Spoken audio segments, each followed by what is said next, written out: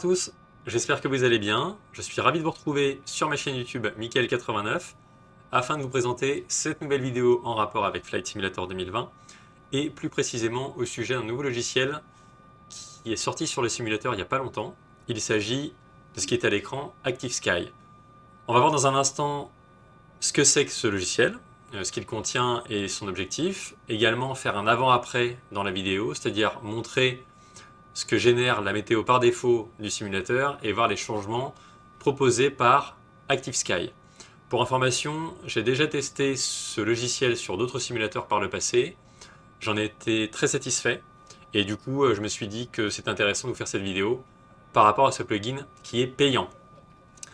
J'en profite également en introduction pour mentionner l'un de mes partenaires, SimMarket, qui propose comme toujours du contenu intéressant et riche sur la simulation aérienne. Et grâce à SimMarket, je peux vous proposer du contenu sur ce logiciel ActiveSky et je les remercie par avance. Donc le logo de SimMarket va apparaître à l'écran pendant que je vous parle et j'indiquerai également le lien du site avec en l'occurrence ActiveSky en description de la vidéo. Donc si la vidéo vous a plu, n'hésitez pas à mettre un like avec un petit pouce, ça fait toujours plaisir. Également à commenter et à partager comme vous le faites depuis le départ. Et je vous remercie également depuis le départ pour votre soutien et votre fidélité. ActiveSky, c'est donc disponible sur SimMarket notamment. Il y a d'autres sites qui proposent, mais je mets évidemment en avant le site de mon partenaire SimMarket. C'est un logiciel qui est payant, qui permet en fait, dans les grandes lignes, pour vous en parler, de pouvoir générer une nouvelle météo, que ce soit graphiquement, avec des nouvelles données météo donc en temps réel, et aussi de pouvoir apporter une nouvelle qualité météorologique à votre simulateur. Donc il y a quelques screenshots qui montrent ce que ça donne. Pour certains, il n'y aura peut-être pas une grande différence en termes de graphisme et en termes d'immersion. En tout cas pour moi et pour les vidéos que j'ai vues jusqu'à présent, je trouve qu'il y a quand même une différence et comme on le sait, les détails peuvent faire la différence. En tout cas avec ActiveSky, c'est très simple d'utilisation, d'installation. Il y a juste en fait à vous le procurer directement ici. D'ailleurs, je rappelle également que si vous êtes membre de ma chaîne, donc il y a l'abonnement et il y a à la fois devenir membre, donc en rejoignant ma chaîne. Si vous êtes membre exclusif, vous pouvez bénéficier de prix réduits grâce à un bon d'achat que je pourrais faire gagner à l'heureux gagnant ou à l'heureuse gagnante sur ma chaîne YouTube. Et ensuite, grâce à ce bon d'achat, vous pourrez vous faire plaisir sur SimMarket en l'occurrence, puisque comme je vous le disais avant, c'est l'un de mes partenaires et donc il y a des offres intéressantes à aller voir sur leur site internet. Parenthèse refermée, mais c'est toujours intéressant. Plugin payant, vous avez juste à l'installer, en fait à vous le procurer ici directement, à l'ajouter dans votre panier, à payer, et ensuite vous aurez directement le produit qui sera disponible en téléchargement. L'installation se fait toute seule. Moi j'ai juste cliqué sur OK à chaque fois, suivant, suivant, suivant. Le répertoire d'installation se fait par défaut, et ensuite il y a un plugin qu'il faut lancer à chaque fois pour faire le lien avec le simulateur. Ce n'est pas un plugin qui se lance automatiquement comme FS Realistic par exemple. Donc ça, il faut bien y penser. Ensuite, par rapport à l'utilisation de ce logiciel, ça va être très rapide puisque le contenu est en anglais. Mais ce que je voulais vous montrer avant ça, c'était sur FS 2020 ici, une surprise. Alors peut-être que la cabine ne vous dit rien. Et on va se rendre directement dans le cockpit. Ça me permet de faire deux sujets en un dans cette vidéo. Voilà le cockpit. Peut-être que ça vous parle ou pas. Il s'agit de l'Embraer, donc 190, et il y a également la variante 195 de Flight Sim Studio. C'est également un avion qui est payant et qui est, selon moi, je l'ai testé hier pendant un vol d'essai, qui est très bien. Qui vaut le coup. Si vous voulez un tuto complet sur cet appareil, si vous voulez vous le procurer ou si vous étiez intéressé à la base pour un tuto, n'hésitez pas à l'indiquer dans les commentaires et je vous ferai une vidéo complète sur cet avion avec un test au décollage. Et en tout cas, pour ceux que ça intéresse, je trouve qu'il vaut le coup. Donc mentionnez en commentaire si ça vous intéresse d'avoir un tuto complet, ce sera avec plaisir pour le faire. Et je me suis dit que j'allais faire une vidéo sur Active Sky pour la météo avec cet avion-là. Voilà pour la surprise qui est faite. Par rapport à la météo, donc là je me trouve en Autriche, à Innsbruck. Je me suis mis là-bas parce que je vais justement faire un décollage avec cet avion et je voulais vous rendre compte pardon, de la météo qui est générée par défaut avec le Simu. Donc là on est sur une météo par défaut d'FS 2020 avec des nuages qu'on connaît. Certes la météo par défaut est très bien faite et il n'y a pas de délai de latence dans le chargement de la météo. Je vous dis ça parce qu'avec Active Sky, il y a un délai. C'est-à-dire que quand la météo se met à jour, il y a en fait le ciel, tous les nuages disparaissent et le nouveau métard se met à jour. Je rappelle qu'un métard, c'est un message d'observation météo qui se met à jour directement dans Active Sky, dans l'interface. Et du coup, la météo se met à jour et le ciel doit à nouveau charger les textures.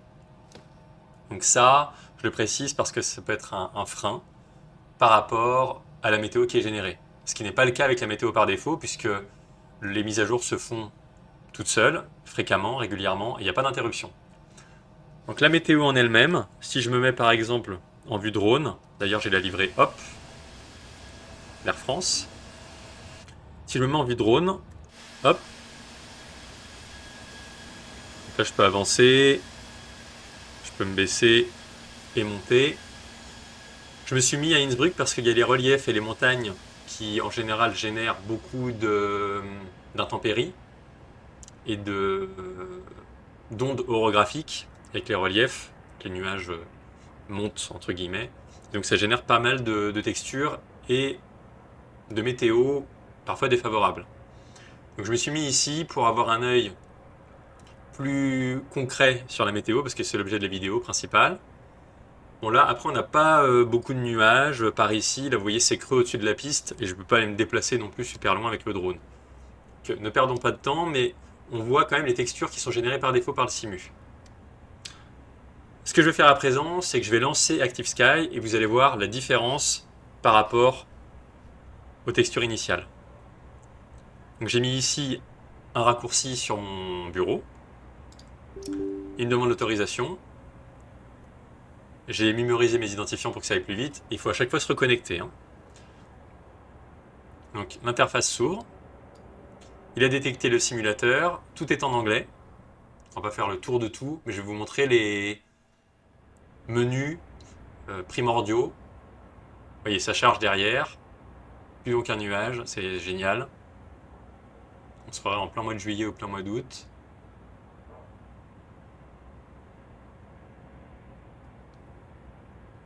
Les métards se mettent à jour.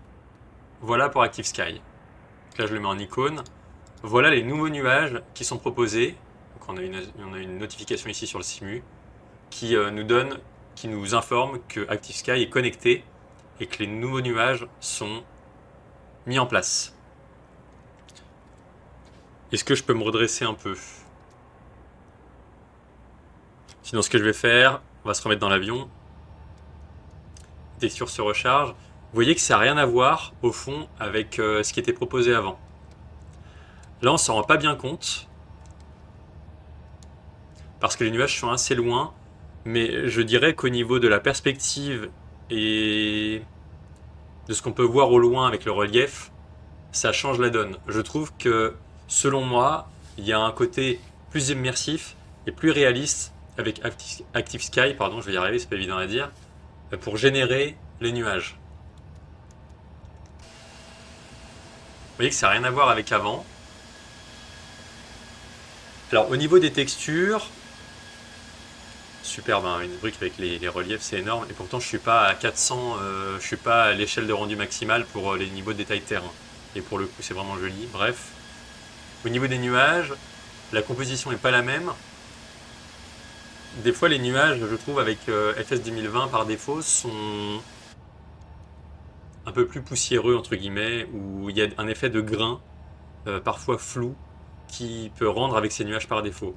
Là je trouve qu'avec Active Sky, c'est quand même bien généré et il y a quand même un effet plus réaliste selon moi, mais je suis très pointilleux avec ça. Aussi, L'avantage avec ActiveSky, c'est qu'en fait, ça génère non pas seulement des nuages, des textures de nuages, mais ça génère également des phénomènes de type turbulence. Quand on passe dans les nuages, quand on traverse une zone où il y a des rafales plus forts que d'habitude, etc., etc. Donc ici, en fait, dans l'onglet d'accueil, donc c'est l'accueil principal avec les métars préférés. Alors je sais pas pourquoi il y a Los Angeles, Seattle, Londres, Heathrow, etc. Donc je sais pas pourquoi c'est là. Je vais pas toucher à ça. Ce qu'il faut vraiment garder à l'esprit ici, c'est dans Weather Control, c'est de bien être en météo en temps réel activé. Sinon, il y a moyen de switcher, de modifier pour aller dans une météo personnalisée, comme peut le proposer également FS 2020, comme le faisait également Explain. Je vois pas forcément l'intérêt, si ce n'est de se mettre dans des conditions souhaitées sur le moment donné. Mais là, effectivement, le but, c'est de rester dans une météo en temps réel. Et c'est ça qui est le plus proche de la réalité, effectivement. Sur la carte, on a également une station radar. Donc là, j'ai pas de... Si on a les précipitations, vous voyez que l'avion est dessiné ici sur la carte. Les aéroports, les nuages, est-ce qu'on les a? J'ai pas l'impression. Est-ce qu'il faut peut-être zoomer? J'ai pas regardé en détail, hein. Le trafic, bon c'est normal, j'en aurais pas. La visibilité, le vent. Je peux aller dans le détail. Vraiment, je voulais vous montrer la différence entre FS 2020 et là. Les conditions actuelles avec la position de l'avion, c'est nuageux. Bon, quand même un beau ciel bleu hein, au-dessus. Le plan de vol, ce qui est bien, c'est qu'on peut également relier SimBrief avec ActiveSky. Et d'ailleurs, où est-ce que j'avais vu SimBrief? Ici. Voilà, j'avais généré un plan de vol sur SimBrief hier pour le vol test, au départ d'Innsbruck jusqu'à Venise, un petit vol. Et en fait, je l'ai mis sur SimBrief avec le modèle de l'avion concerné, donc en l'occurrence l'Embraer 190 E-Jet. Et vous voyez qu'il y a toute la route ici qui s'est mise, avec le top of descent. Petite parenthèse sur l'E-Jet, pendant que j'y suis, il n'y a pas de système de VNAV, c'est-à-dire que lors de la montée et de la descente, le pilote automatique ne gère pas de lui-même ces deux phases-là. Donc c'est pas comme le PMDG ou comme le Phoenix, ou comme les autres avions de ligne qui sont finalisés là-dessus. Là, encore une fois, avec cet avion-là, il faut gérer soi-même la montée, gérer soi-même la descente, faire le bon calcul pour arriver au bon plan de descente pour capturer l'ILS en l'occurrence.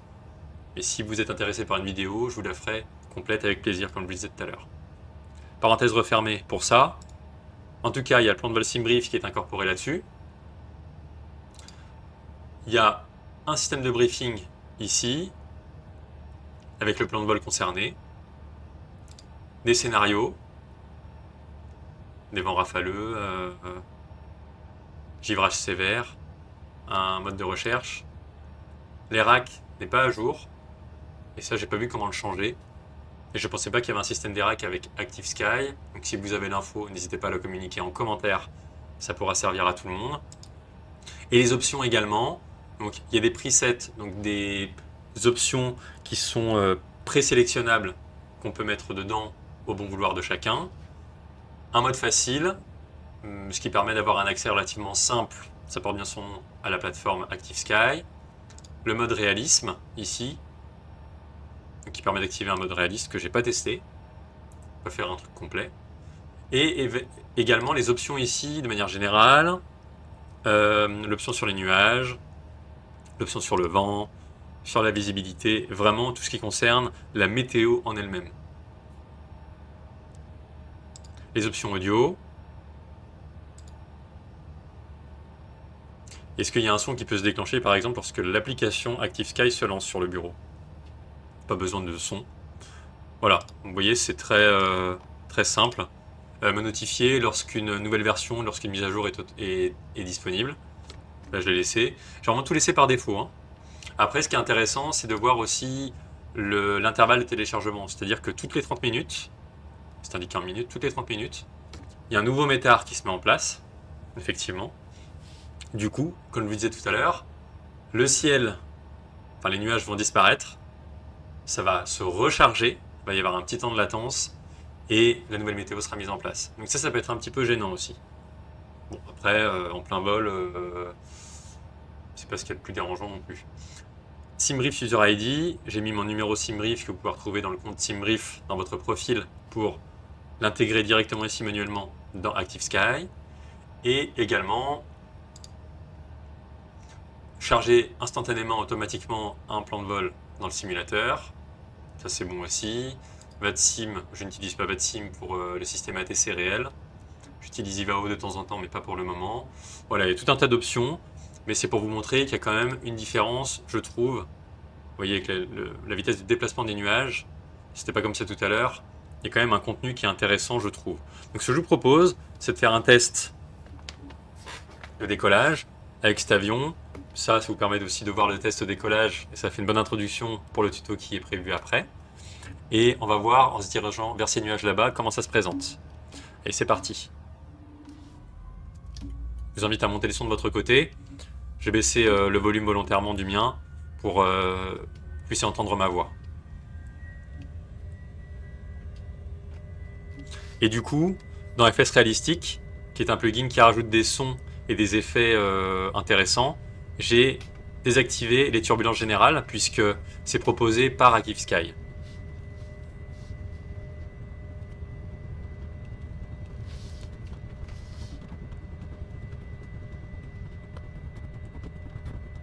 Fais la rotation. Je rentre le train. Donc là, c'est vraiment de garder la main en manuel. Hein. Pas d'intérêt de mettre de pilote auto. L'avion est facile à piloter. Enfin, facile à manier, pardon. Facilement maniable. Hein. Mais j'ai pas de chargé de carburant, j'ai rien fait de particulier. Pas de système VNAV, donc il faut régler soi-même sa vitesse. Voilà, je vais aller à 220 nœuds. Je vais rentrer mon cran de volet.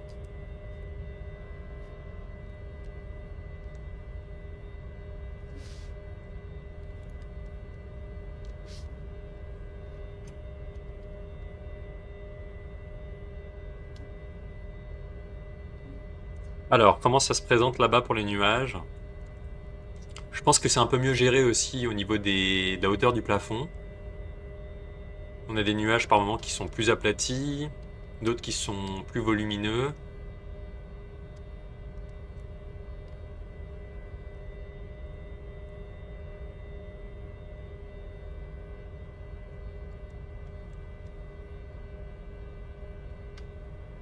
On va continuer comme ça. Quand même l'auto-throttle. Bon, c'est normal, j'ai pas activé de quoi que ce soit, donc je vais... Là, vous voyez, je pense peut-être qu'en passant dans les nuages, on va voir ce que ça donne au niveau des turbulences, s'il y en a. Peut-être au niveau du wingflex aussi. Vous voyez qu'il y a quand même un effet de flexion ici en bout d'aile, ça se voit bien sur le lead-jet. Après avoir passé les petits nuages du début.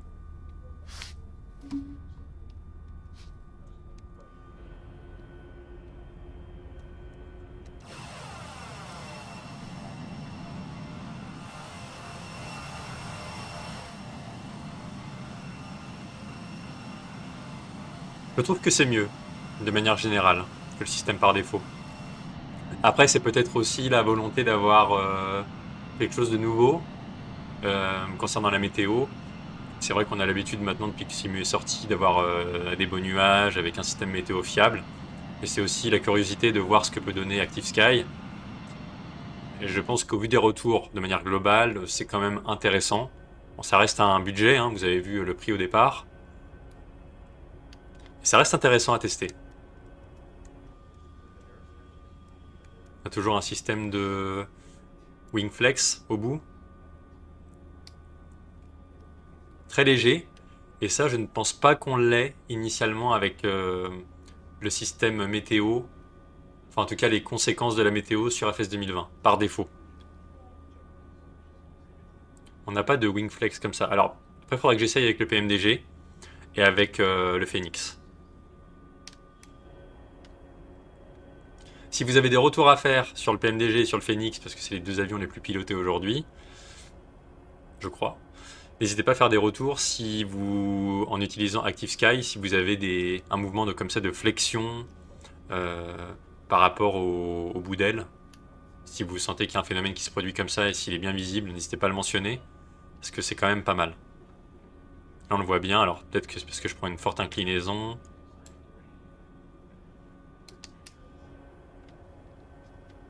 Et là vous voyez, je pense pas qu'il y avait des nuages aussi plats comme ça avec la version par défaut, bon je sais pas trop. Mais en tout cas moi je suis satisfait et je pense que ça vaut le coup d'être testé. Donc si vous avez l'opportunité de tester, dites-moi en retour ce que vous en avez pensé. Si vous voulez un tuto complet sur l'Embraer 190, dites-le moi en commentaire, ce sera avec plaisir. Et d'ici la prochaine vidéo, portez-vous bien et prenez soin de vous. Et je vous rappelle que si vous souhaitez tenter de gagner un bon d'achat à utiliser sur SimMarket, l'un de mes partenaires, pour vous faire plaisir avec des add-ons comme celle-ci, n'hésitez pas à rejoindre ma chaîne, à cliquer sur le bouton rejoindre sur la page d'accueil de ma chaîne YouTube. Et ce sera avec plaisir pour vous compter parmi mes membres exécutifs, comme beaucoup d'entre vous l'ont déjà fait et que j'en remercie. Et je vous souhaite de très bons vols sur Flight Simulator 2020. À très bientôt tout le monde. Ciao!